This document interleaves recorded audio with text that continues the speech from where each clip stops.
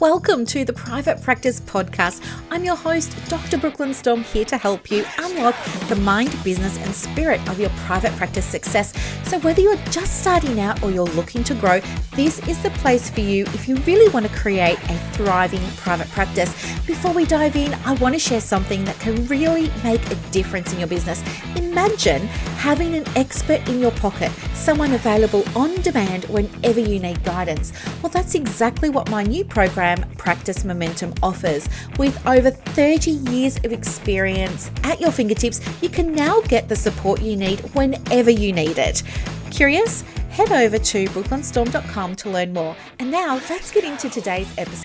This is a little voice memo just to anybody who's considering joining Momentum, Practice Momentum with Brooklyn.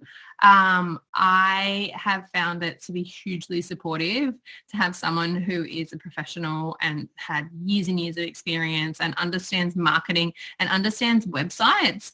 I've only been doing Momentum as a member for the last 2.5 months, but Brooklyn has taught me things that I did not know were important for my counseling practice. Brooklyn has been really fantastic at getting back to me as soon as she really possibly can. She never likes to leave you hanging, and she's super available, and you can really ask her anything. Nothing's off limits so far as what I've recognized. I'm excited for what's to come. I feel like I'm just scratching the surface. So I do feel like really good things are in store. I've only just gotten to the very first part of Momentum, and it's only going up and up. And I'm so happy that it's a 12-month subscription, because it feels like it needs to be that, because she has so many resources and supply and so many resources that you can tap into and use or not use. And I would love to be able to explore them. And it's going to take me more than a couple months to do that. So it's good. I'll get to utilize what's interesting for me and what's going to help for my private practice. Okay, guys, this is my third time recording this. I feel like it's just not the day to do it. There he goes. Yes, so the little one, the one with 4 paws, who's 2 years old, has decided that he doesn't like to go outside to the bathroom because he doesn't like to stand on my wet AstroTurf. I had to put it down because where I live, a lot of the ground doesn't have grass on it. It's pine needles, and what's beneath that is clay. And Gabe, my previous puppy, he used to get clay in between like the little pads on his feet, and then it would dry if I didn't get to it in time, and I was just always worried it was going to be pulling on him and stuff like that. So anyway, for Gabe, I ended up getting the AstroTurf. This little fella doesn't love it. So what he prefers to do is hold on for as long as he can, and eventually when he feels ready, he will like brave it and go out there. But yeah, he's just not a fan. So I've tried to record this episode twice already. This is number 3, because the other 2 times he kept interrupting me, saying that he thought he might need to go outside. But when I got up and opened the door and everything, he changed his mind. So anyway, there's that. And then the other thing too is I'm just feeling like not myself today. For some reason, I have no idea why, but for some reason, it's kind of like in my chest, kind of like, where your heart is. I'm not reading much into it, but I'm just feeling like a bit nervous, like kind of like there's something, I don't know, like there's dread or something.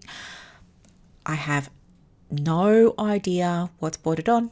I don't have a trigger. Everything's actually going really well, and I've had a really good morning. So yeah, I'm just trying to like take it easy, and I just thought I'm going to finish early today, have some time for me, just do some self-care, which is probably going to look like getting in the bath with my Sudoku puzzle book. But I really wanted to do this podcast because there's a process that I used this morning that I found so helpful for content creation. And I know that some of you aren't sure really what to post or what to say or what to write and things like that. And I thought this was so effective that how could I not share it with you? So that's what we're going to talk about today. And then the other thing that I want to talk to you about is something in the woo experience. So yeah, I was going to lead with that because it's interesting. It's really big. It's like unbelievable big, right?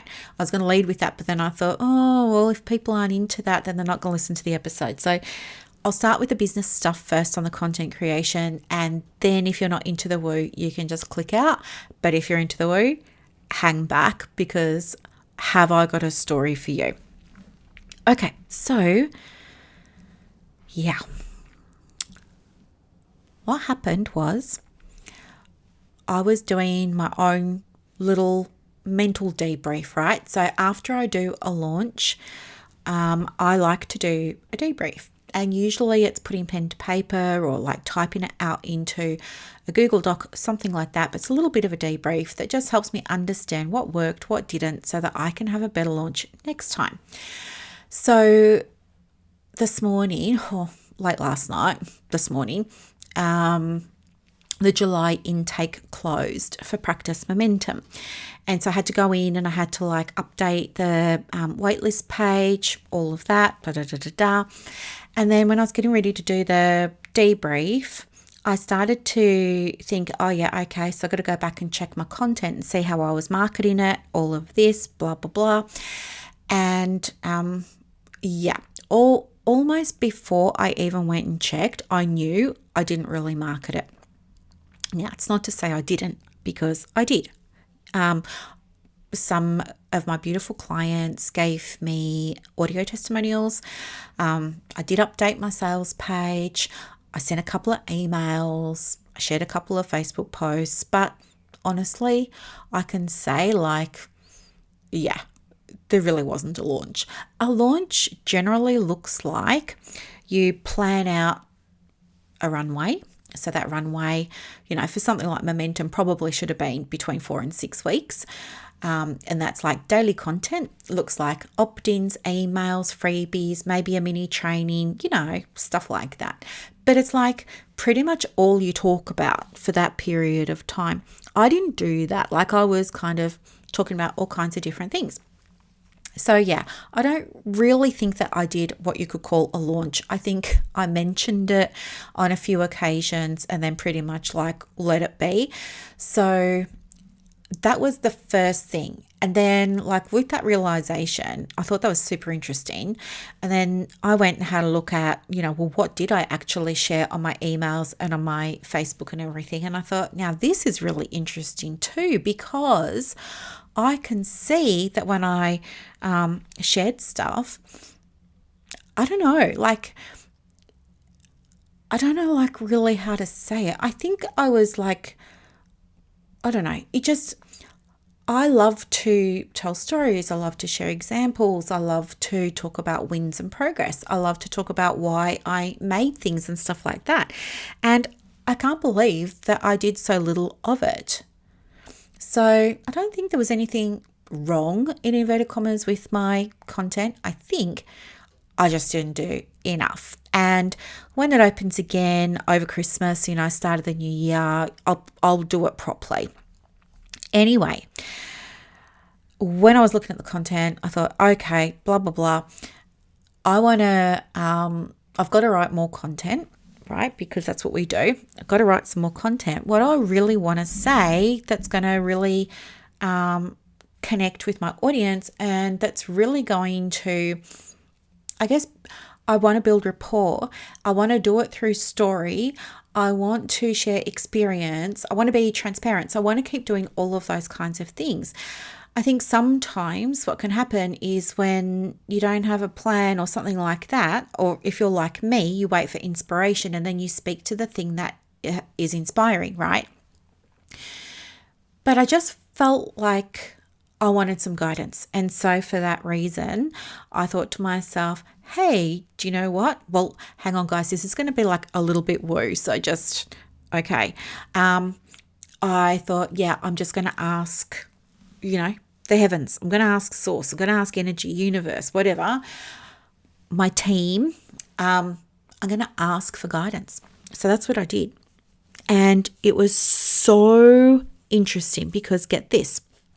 I don't know if I mentioned this to you or not a little while ago, but I do use cards, not for fortune telling or anything like that, and not with clients for divining futures. I just have to say that because there's always somebody who says, you shouldn't be using cards. But anyway, you and I know it's not for that. For other things, right? Inspiration, the journal prompts, ideas, new perspectives, tapping into the subconscious, right? All the things you can't see, all of that. Anywho, a couple of weeks ago, I just put it out there and I was saying, do oracle cards work? Like, do they actually work? And can I call you in, i.e., I don't know, my guides, for example, my guides, my pa, Gabe, like whoever, my spiritual team, can I call you in and use your energy to show me the right card? And the answer that I got was cards can work, absolutely. But if you're looking for something that's specific, to you, and you're looking for even more clarity or something like that, yes, everything's energy, and we can show you the right card that you need to see that day in that moment from that particular deck if you ask us for help. If you ask us to show you the card, then we can. So they have to be invited, right? I know it's like spirituality 101. But anyway, so this morning I was sitting there and I was like, okay. And I got out my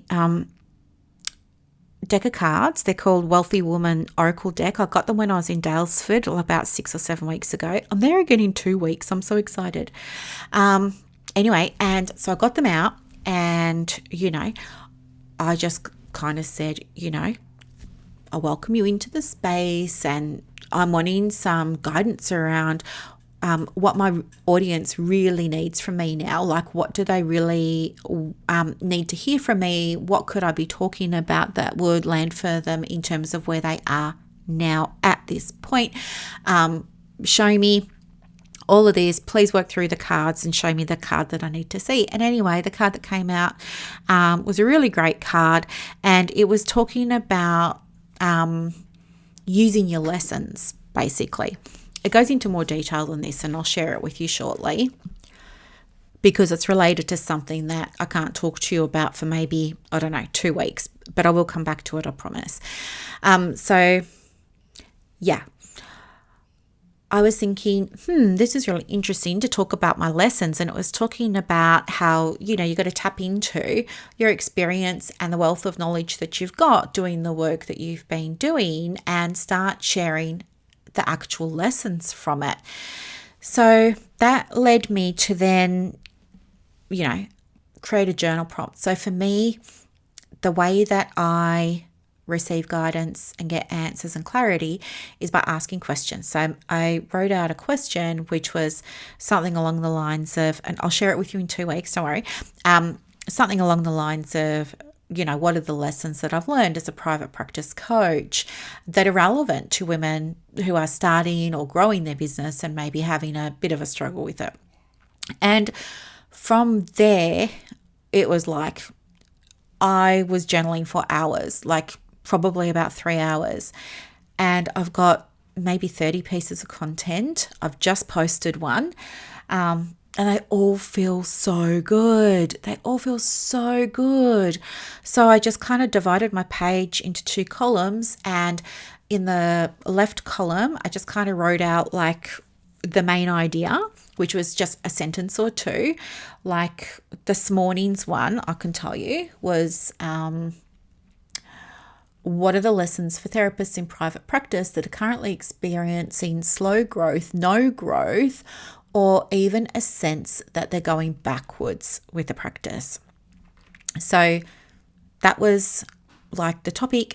And then in the right hand column, I was just like free writing, kind of like dot points, a few of the main points that I wanted to elaborate on when I actually come to write the piece of content.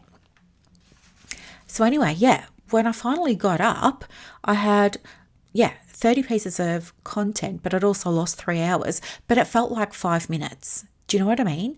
And I'm just looking at it all now and I'm thinking, oh my gosh, like this is so good. So I wanted to share it with you because it's been a really helpful process. So for you, what that could look like is, maybe asking yourself a question of, what are the lessons that I've learned for my clients to take away? So think about maybe somebody that you worked with this morning or yesterday, right? Or Monday even. Think about, a client. Think about what you were talking about. Go and have a look at some of your scrap pieces of paper from when you're on the phone to people. And, you will see something there and ask yourself, what's the lesson in this? And that becomes the topic. How's that? I know. And guess what? It's not from AI. It's not from ChatGPT or anything like that. It's not off a template. This is from you. And it's going to be so powerful and so helpful and so impactful because it's got your energy, right? Nobody else has got that lesson. You're the one with that lesson. Do you see? How good is that? I know. It's so good. It's so good. Okay. So there was that.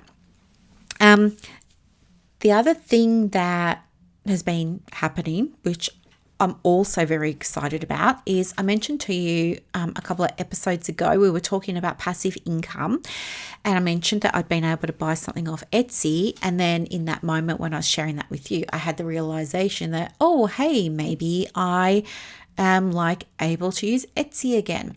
So if you missed that episode, what happened was I had an Etsy shop. It was doing really well. When I say really well, it was bringing in between $500 and maybe $1,000 a month.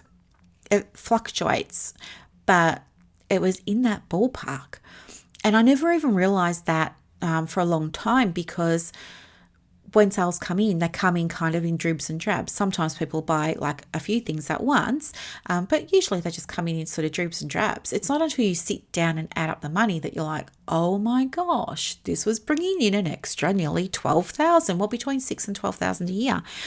And then anyway, what ended up happening just very quickly was just out of the blue, totally random, shop was suspended. No idea why. Lots of appeals to Etsy, no response. Appeals to Better Business Bureau, to liaise with Etsy. Etsy wasn't liaising with Better Business Bureau. Better Business Bureau closed the case. I joined lots of Etsy forums. Turns out happened to a lot of people all at the same time. None of us knew why. Anyway, a few weeks ago, went on to Etsy to buy something. I don't even remember what it was. And then when I was talking to you about it, that's when it dawned on me, oh, hey, no longer suspended. Very interesting. I wonder if I can go back on and do a shop. So my old shop, gone, deleted, finished. And it had, nearly 800 products in it because I had set a goal to get 1,000. So anyway, that's all gone. No problem. I'm fine with that because everything's different now. And I want to do things differently now. And I've got more experience behind me now. And I know for me what direction I want to take it in, what works, what doesn't work, all those kinds of things. So anyway, I'm super excited because guess what? I'm going to start another Etsy shop. So there's that. And I'm really, really excited about it because looking forward to some more passive income, which brings me to something else. I got it in my head that I wanted to have not a membership, but I really want to have a subscription again because I enjoy having subscription services, right? I haven't had them for, I think 12 months now. And I would really like to do that again. So at the same time, I didn't want to do anything that was going to drain me. I want to do stuff that energizes me. It has to not require big time commitments. It's got to be something that I can do on my own schedule, like when I'm kind of in the mood, all those kinds of things. But I also knew that it had to be like high value, because otherwise no one's going to subscribe. So it had to be high value. And yeah, I just got this like big burst of ideas. And anyway, I'm starting this subscription membership. I haven't opened it yet. Like today's Wednesday, the 16th of July. I'm not sure when I'm going to open it. And I guess I was kind of thinking I would like to have it the first of the month. So what it is it's an email subscription monthly, right? People pay, I haven't finalized it, but I think it's going to be $27 a month for founding members. And then like that'll be, if you join before this day, you can have $27 a month, but everybody who joins after it might be $47 a month, right? Yeah. And so it's like a product a month delivered to your inbox that's going to help you with private practice. And I've already gone and created, I've mapped out like the first 4 or 5 months for the first 4 or 5 products. I'm sharing everything like behind the scenes, how I'm doing it, the process, all of this inside Practice Momentum, because, you know, there's women in there that want to set up passive income too. So, and I want them to see like what it looks like, you know, you can do what I did, which was a couple of years ago. Like I bought courses from people on how to do all of this. But the thing with doing that is people give you very polished stuff, and there's nothing wrong with that. But I guess you don't get to see how many things they had to try before they found the thing that worked, or you don't get to see what was the process behind creating this particular thing, or how did they land on this particular model, right? So for me, email subscription works well because I've got a whole month to make something. I can pre-make a couple of things so that if I'm unwell or, you know, not in the mood or something, I've still got a product that's there ready to go. Email just works well for me. I know I do not want to have another membership where there's a community, because I find them now, I like helping, but communities are just not great for me and my energy, because it's a commitment and I don't like letting people down. But at the same time, I also don't like having to turn up for things if I'm not in the right space or I'm not in the right energy and things like that. So all of my memberships were closed down. I shut them all down last year or the year before. I can't remember. So I knew it. For me, that membership model wasn't going to work. Also, in the past, when I've done memberships, I've made so much content because I wanted to provide a lot of value. Looking back, didn't need to do any of that. Probably a mistake in some ways that I did, in terms of I put a lot of pressure on myself to go and create all this content. I always try my best to make sure that the content is, you know, helpful, high value, all the things, more than what they were expecting, But any course creator is going to tell you that a lot of people get access to your content and they use bits and pieces, and you're lucky if they get through like 20 or 30%. So yeah, lesson learned. But anyway, so that's how I came up with the idea of, for me at this point, it's going to be an email membership. So it's like a little resource, and the resource is something that helps them with their private practice. It is practical. It can be consumed in 10 minutes or less. It's got extras like templates if people want to use them, and, you know, swipe files and things like that. But it's not overloaded with stuff because I want to keep it simple. My audience are usually very, very busy. They're either like busy doing so many things trying to get clients or make money, or they're juggling, you know, a relationship and family and children and part-time work and trying to get the practice going after hours and on weekends, or they're in full-time study and they're trying to, plan out the practice and things like that. So I know that they're really busy. So it's like short, sharp bursts of goodness for the private practice. It's email that after they've had the first one or two, they're going to be like so excited for email 3, 4, 5, and 6 because they've experienced it, right? They've had wins, they've had results. And so now they're excited and they're like looking out for, if it's the first of the month, for example, like, oh, first of the month is coming. I wonder what I'm getting next in my little subscription inbox thing. So this is the thinking behind it. From a business perspective, well, hang on. It's a passion project, right? Because I love making things. I'm very creative. I get, struck with inspiration a lot, and it feeds that need, right? I want to be able to channel it and without having massive commitments. So this works really well. So it fills my cup. It lights me up. It energizes me. I love it. I'm really, really, really, really enjoying it so much. So that's from a me perspective. From a business perspective, it works because it brings in, it's not passive income because I have to make something every month. So let's call it passive-ish, right? It's passive-ish. It doesn't require maintenance from me at all. Like, of course, from time to time, I'll maybe upgrade things for people, and I love to do that, and I've never charged anybody for an upgrade. Whether you've bought my essential forms, or whether you were in PP 101, or whether you're in the marketing program, whether you've been in my world for a little while now, you will know that I love to do upgrades, and you never get charged. So there will be things that I do upgrade from time to time, but basically from a business perspective, this is a way of me, adding in another revenue stream for the business, and it doesn't take away, it adds. Do you know what I mean? So I'm really, really, really, really excited about it.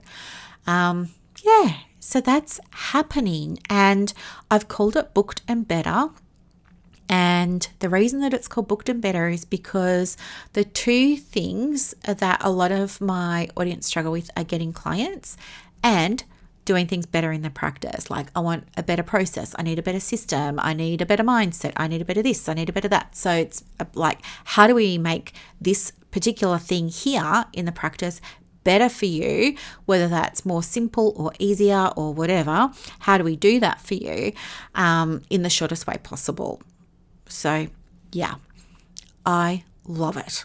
And of course, like, hopefully, as people are in for a little while, they're in my world and they're loving it. And then when they get to the point where they're wanting some help with the private practice, maybe they will then, apply for momentum. Who knows?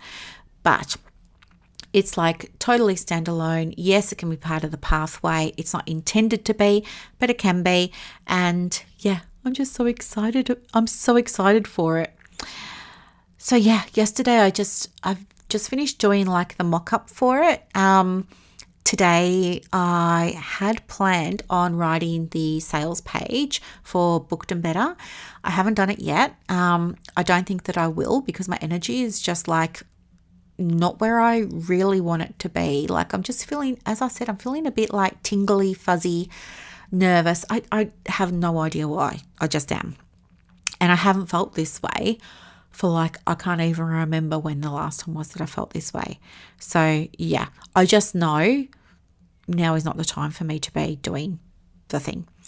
So anyway, now you have heard today about like how I'm creating content at the moment.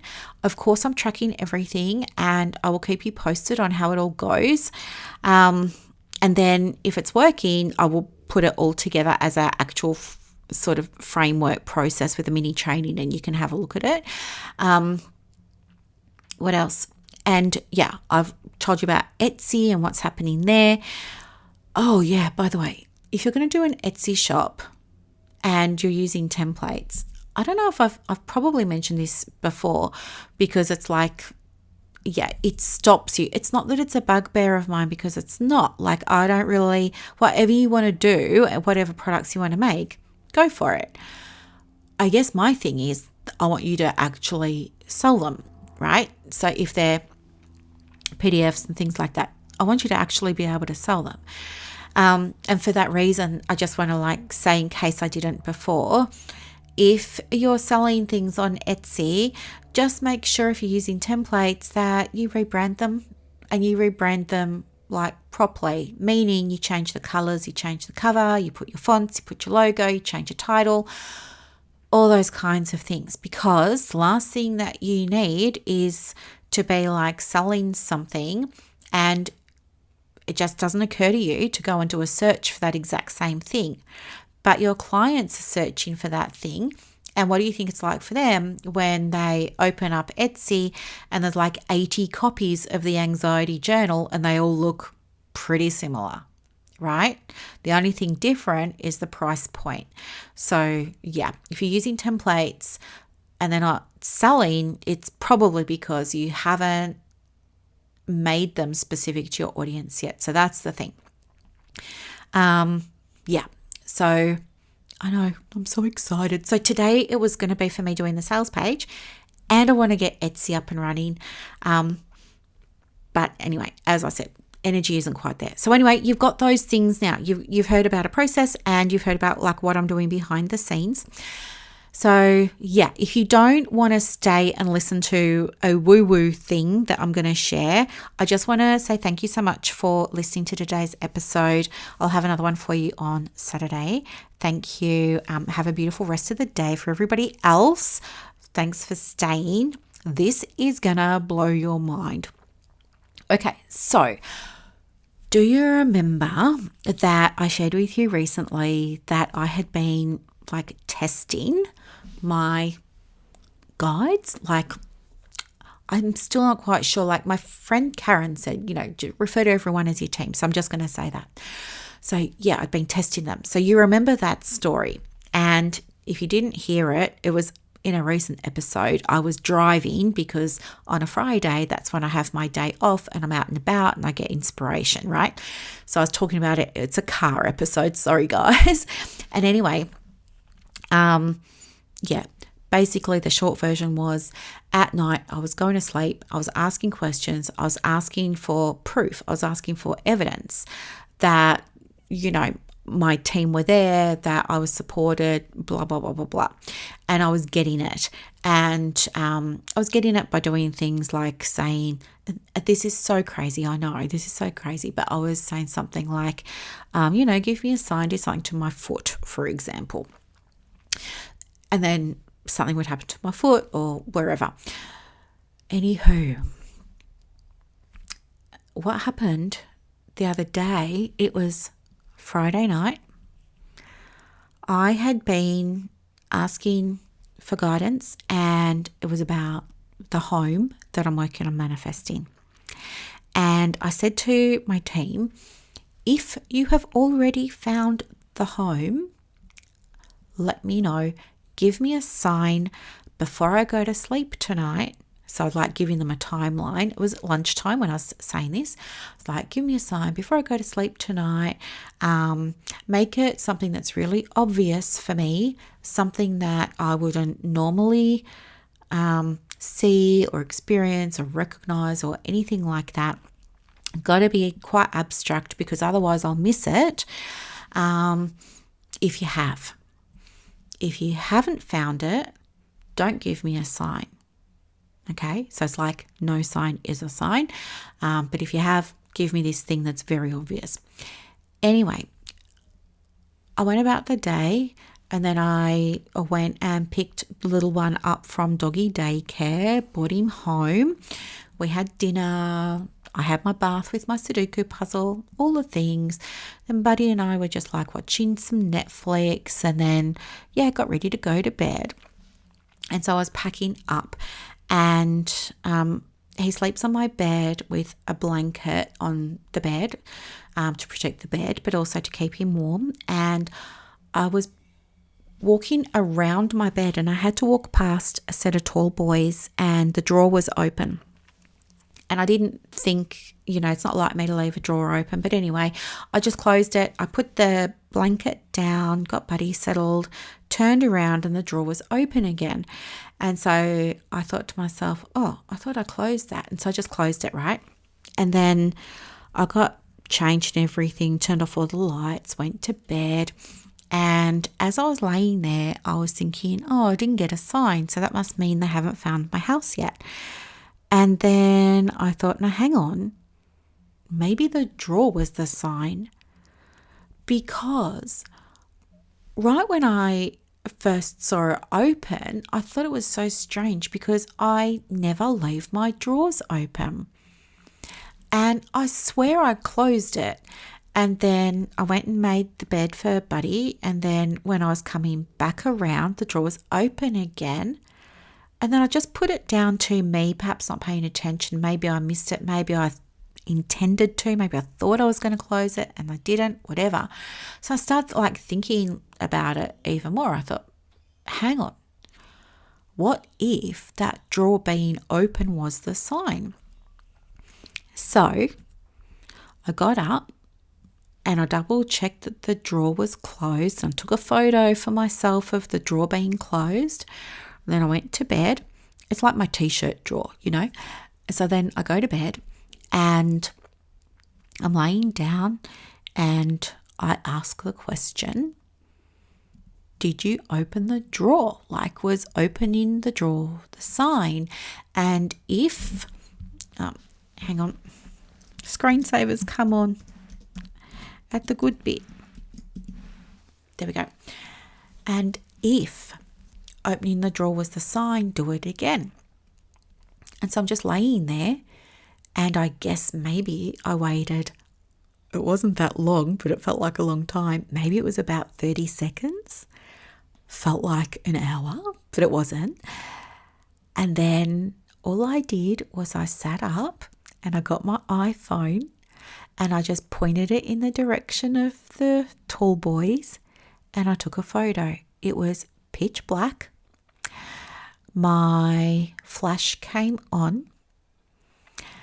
I had to wait a minute for the image to do its thing. And then when I looked at it, guess what? The drawer was open. The drawer was open. Part of me wanted to freak out, but part of me was just like, okay, cool. It was like, I know that I'm connected. Okay, this is not scary. This is just them giving me the very obvious sign that I was asking for. And I went to sleep. In the morning, I woke up and the drawer was still open. And to satisfy my own curiosity, I thought I better just check it and make sure that there's nothing that's fallen behind that could be making it pop open or something like that. So I checked everything. It all looked fine. I closed the drawer again. And do you know what? That drawer hasn't opened since. I know. So anyway, now I'm very excited because the house is there, the house is coming, and it's just a matter of divine timing. The universe just has to do its thing.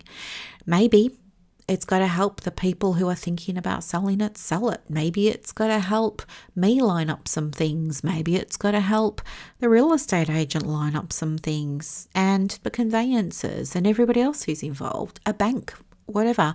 So I understand that it's all happening kind of behind the scenes and it feels so good.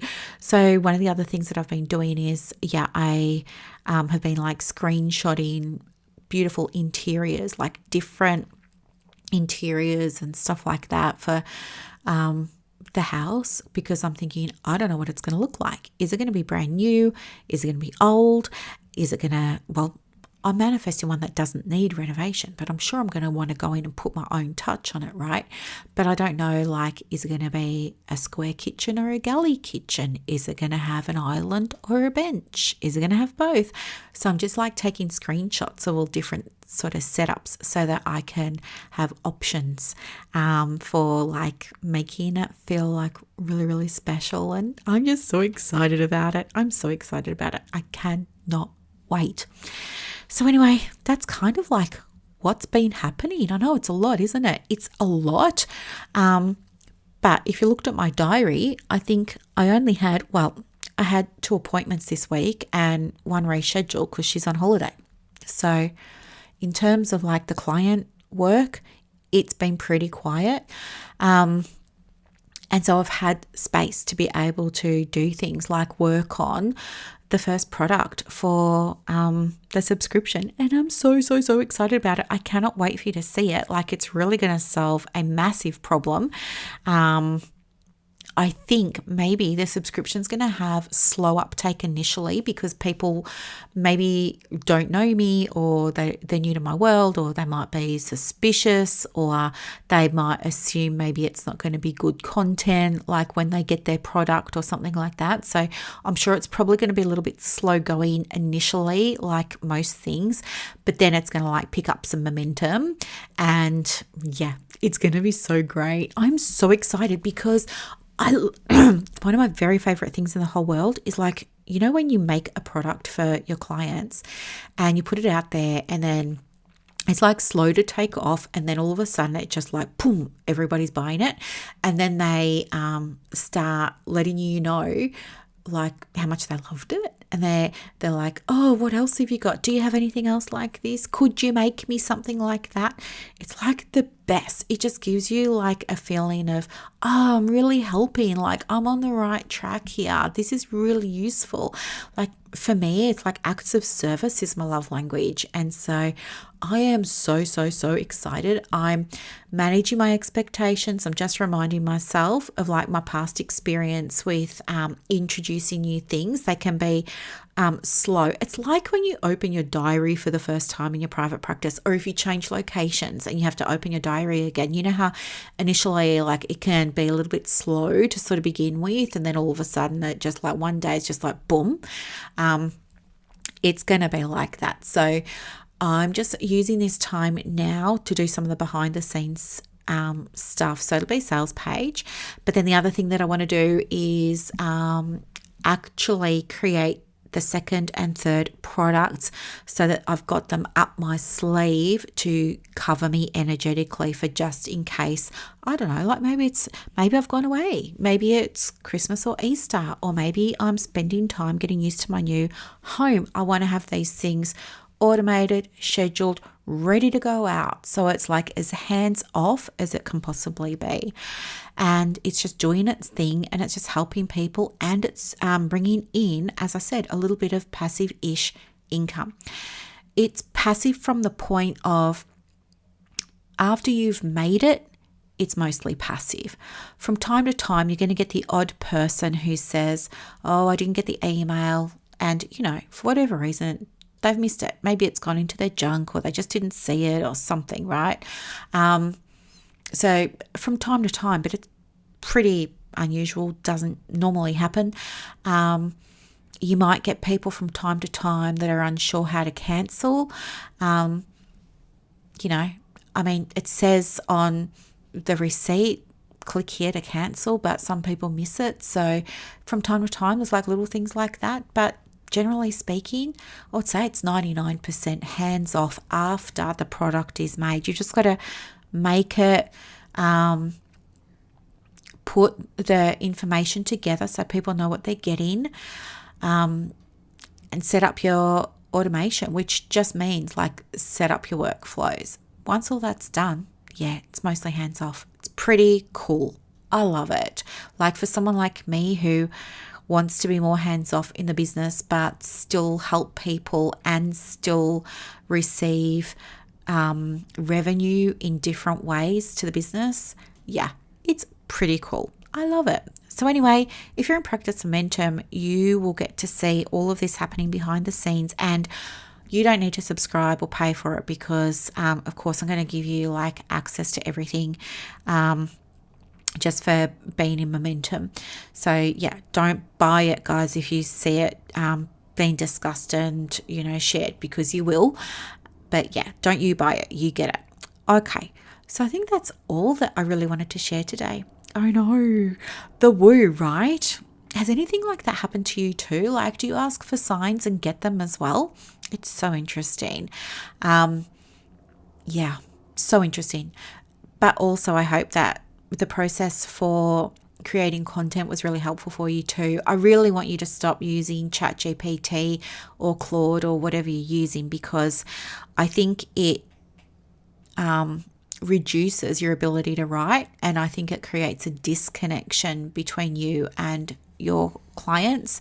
It's probably a topic for a whole other episode, but there's research coming out now that shows that when people are relying on AI to perform certain tasks that they used to do themselves, that those parts of their brain, the neural pathways, the neural connections, are starting to like disappear. I know, it's scary. We don't want that happening for you. There are ways to use AI for your private practice, and there are ways perhaps not to. Don't let it write your content.